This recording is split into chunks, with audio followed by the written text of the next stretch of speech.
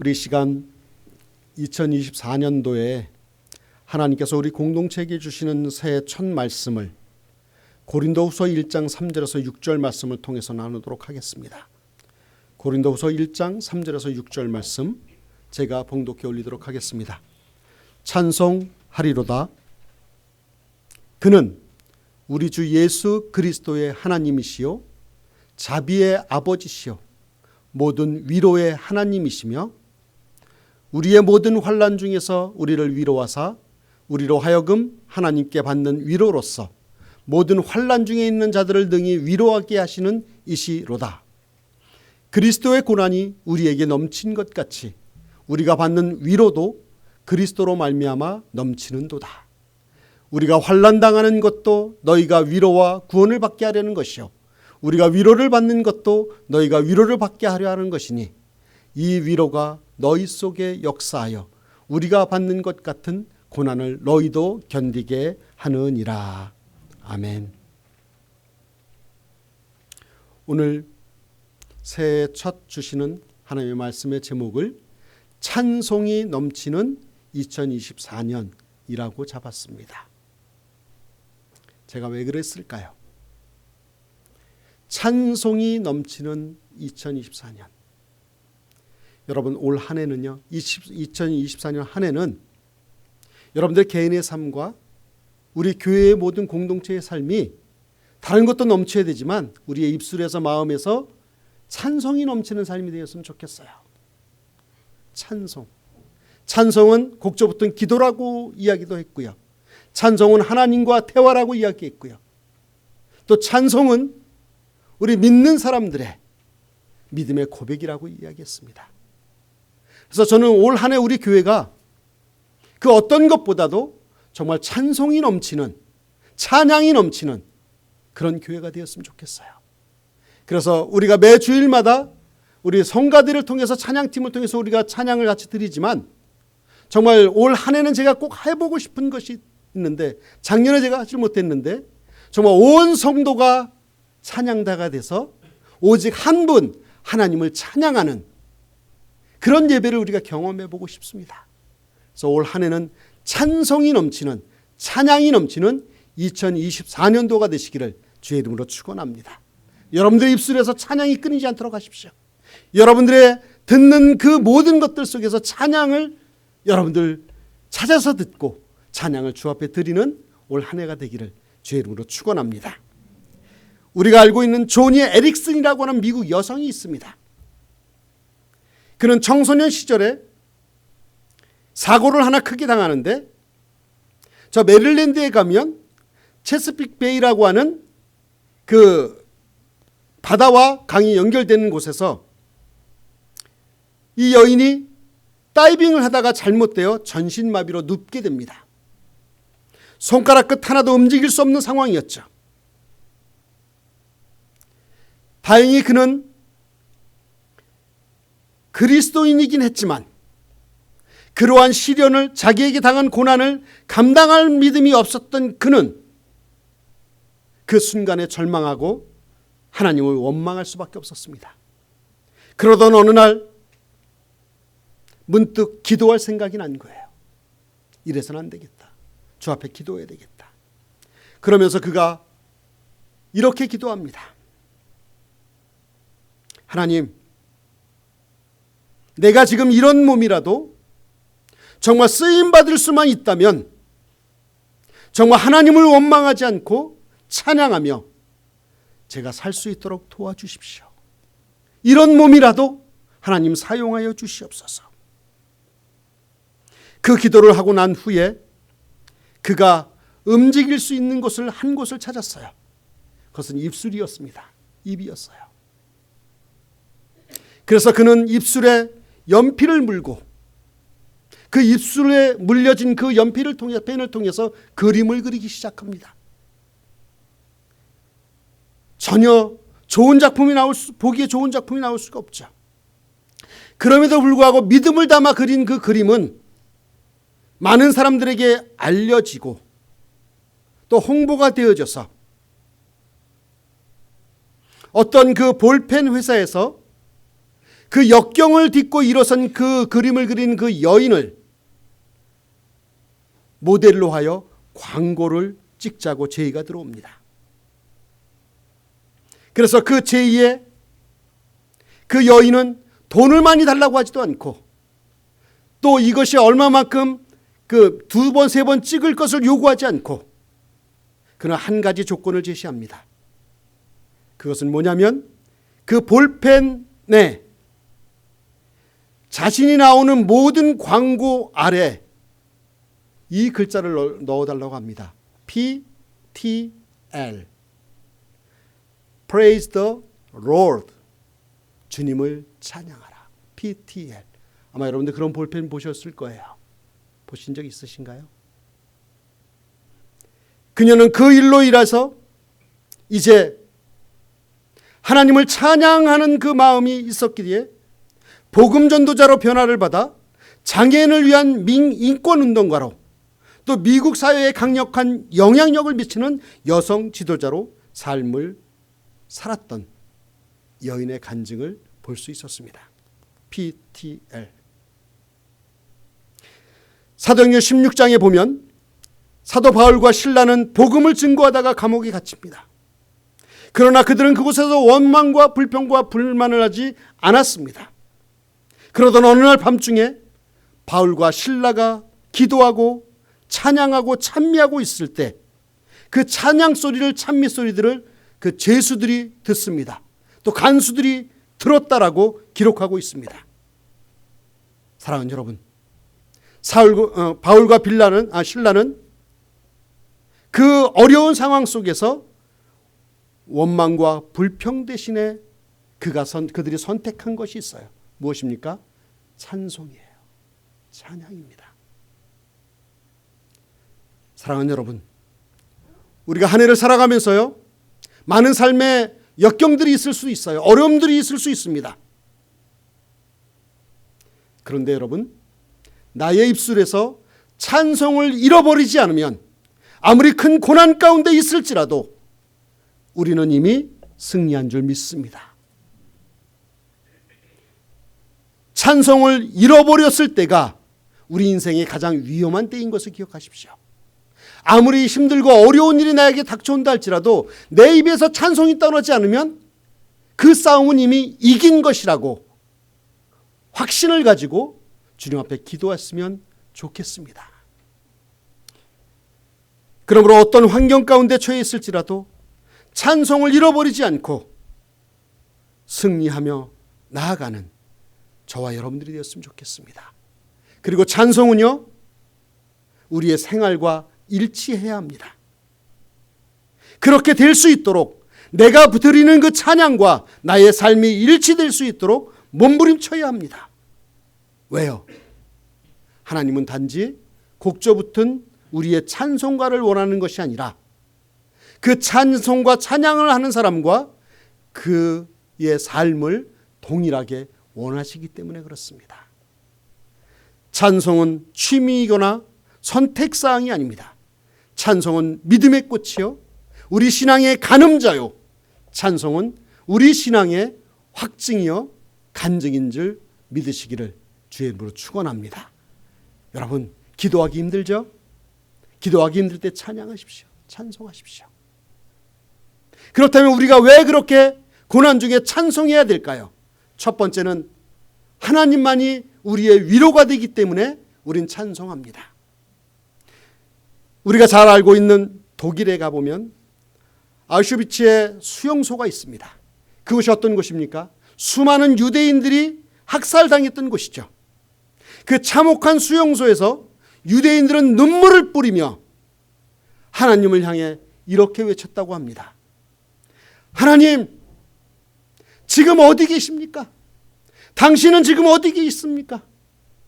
저에게 왜 이런 일을 허용하고 계십니까? 하나님, 당신은 어디에 계십니까? 그들의 그러한 피가 맺힌 그 절규는 이제 연합군이 독일에게 전쟁에서 승리하고 유대인들이 학살당했던 수용소를 점검하러 들어가 보니 그곳에서 확인할 수 있었다고 합니다. 수용소를 점검하던 연합군 병사 중 한 명이 한쪽 벽 후미진 곳에 글씨가 쓰여져 있는 것을 발견합니다. 어떤 글씨가 쓰여져 있을까요? 이러한 것입니다. 우리가 찬양했던, 우리가 찬양을 하고 있는 그 크신 하나님의 사랑, 말로 다 형용 못하네. 하늘을 두루마리 삼고 바다를 먹물 삼아도 한없는 하나님의 사랑 다 기록할 수 없겠네.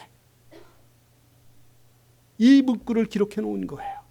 그 지옥 같은 수용소에서 죽음만을 기다리고 있던 한 유대인이 이 가사로, 이 시 구절로 하나님을 찬양하고 있다니, 그 사실을 연합군의 병사는 보고 놀라지 않을 수 없었습니다.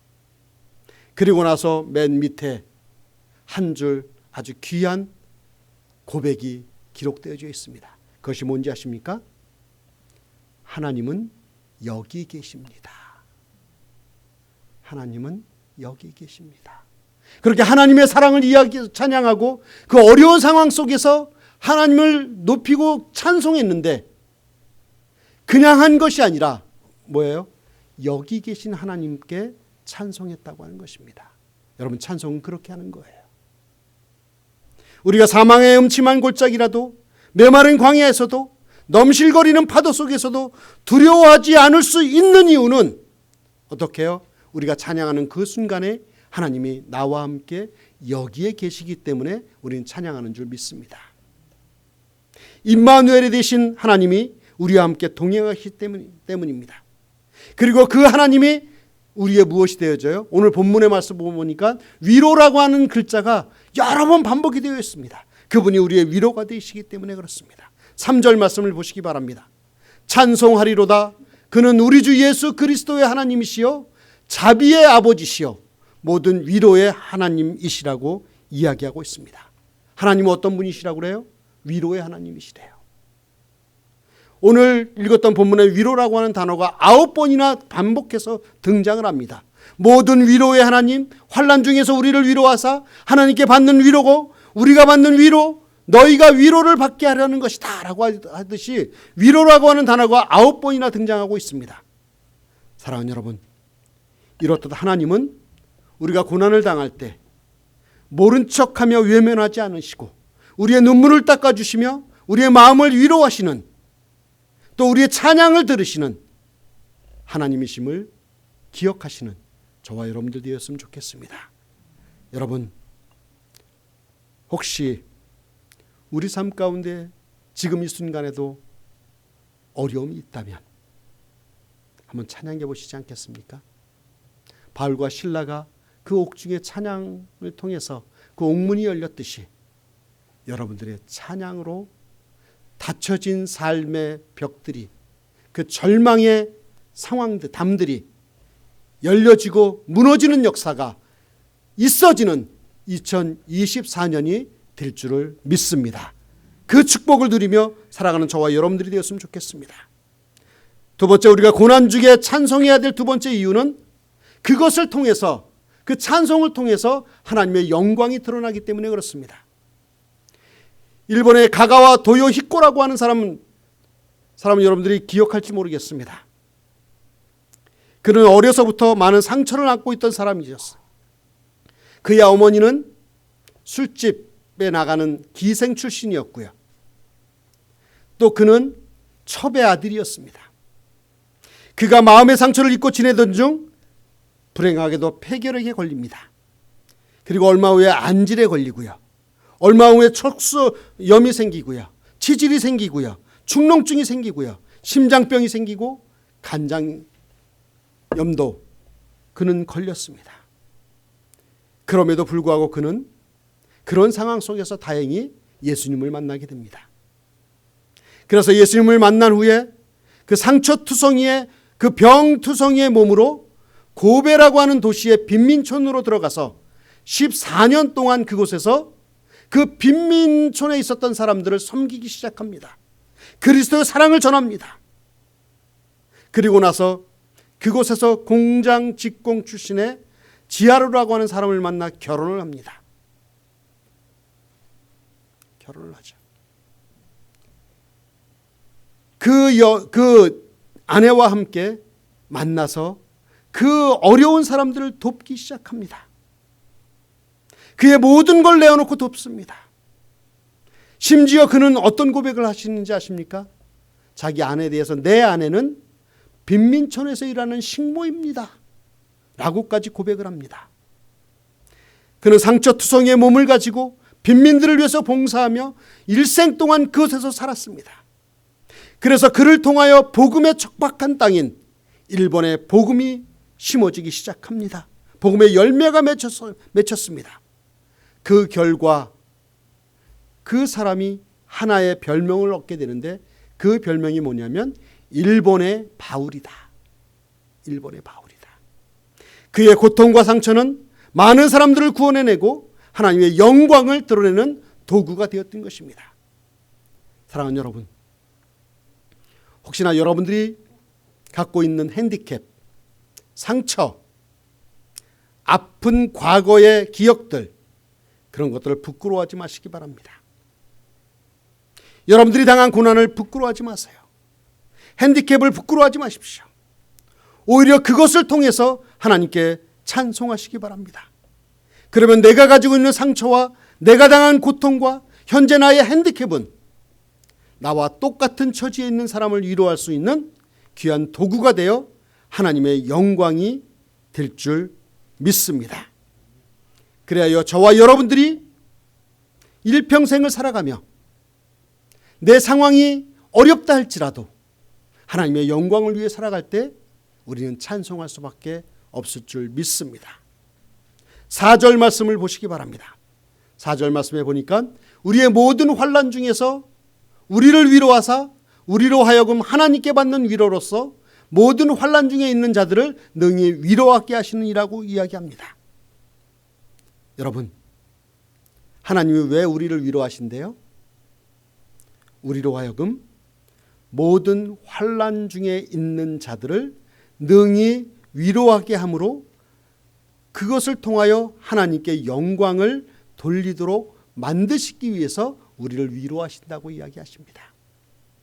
그러므로 2024년도에는 아무리 힘들고 아무리 어려워도 내 입술에서 불평불만이 나가는 것이 아니라 무엇이 나와야 됩니까? 찬송이 나와야 돼요. 찬송이 나와야 돼요.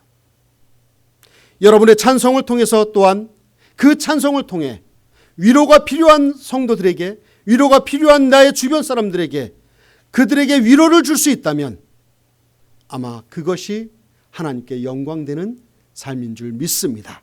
그러므로 여러분, 저와 여러분들의 입술에서 찬송이 떠나지 않는 찬양의 사람들이 되기를 주의 이름으로 축원합니다. 마지막 세 번째로 우리가 고난 중에도 찬양해야 될 세 번째 이유는 하나님만이 나의 의지가 되기 때문에 우리는 그분만을 찬양할 수밖에 없습니다. 한 가지 예화를 말씀을 드리겠습니다. 1887년 10월에 시카고에 어떤 일이 벌어집니까? 대화재가 벌어지죠.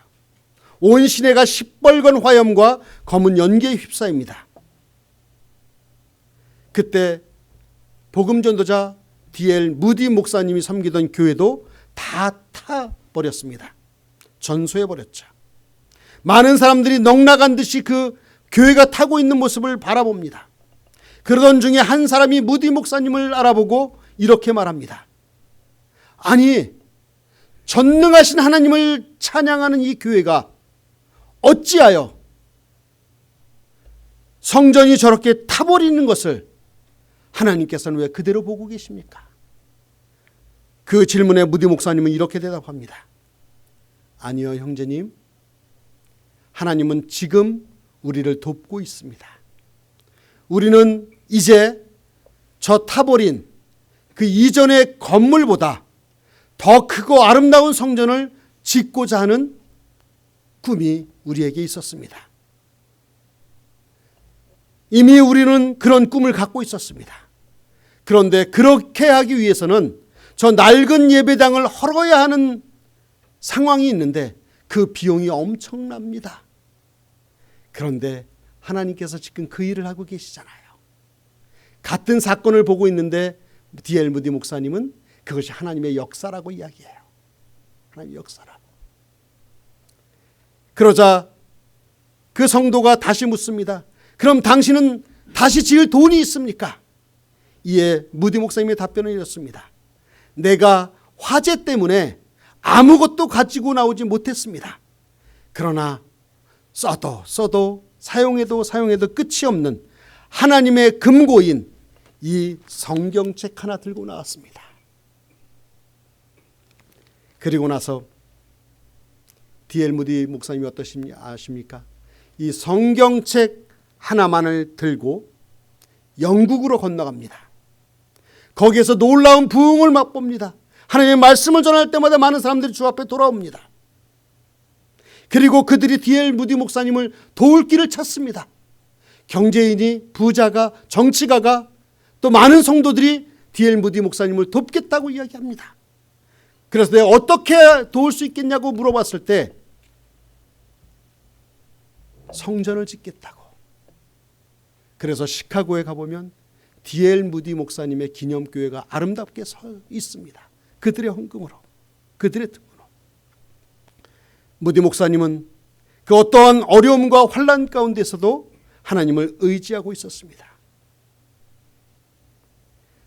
사랑하는 여러분, 우리가 어떤 상황에서도 하나님을 의지하는 신앙의 눈으로 바라보면 하나님의 도우시는 그 손길을 느낄 수 있을 줄 믿습니다.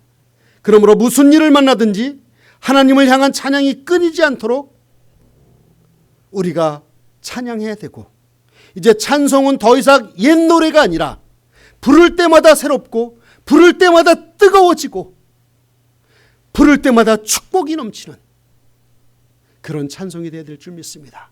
저는 개인적으로 이 말씀을 한 달 전에 준비를 했는데요. 이 말씀을 조금씩 준비해 오면서 제가 받는 은혜가 있어요. 그것은 무엇이냐면 조금 전에도 우리가 찬양을 했잖아요. 그리고 주일마다 예배를 드리잖아요. 저도 모르게 눈물이 나와요. 그 가사 하나가 얼마나 하나님의 은혜가 되는지 몰라요.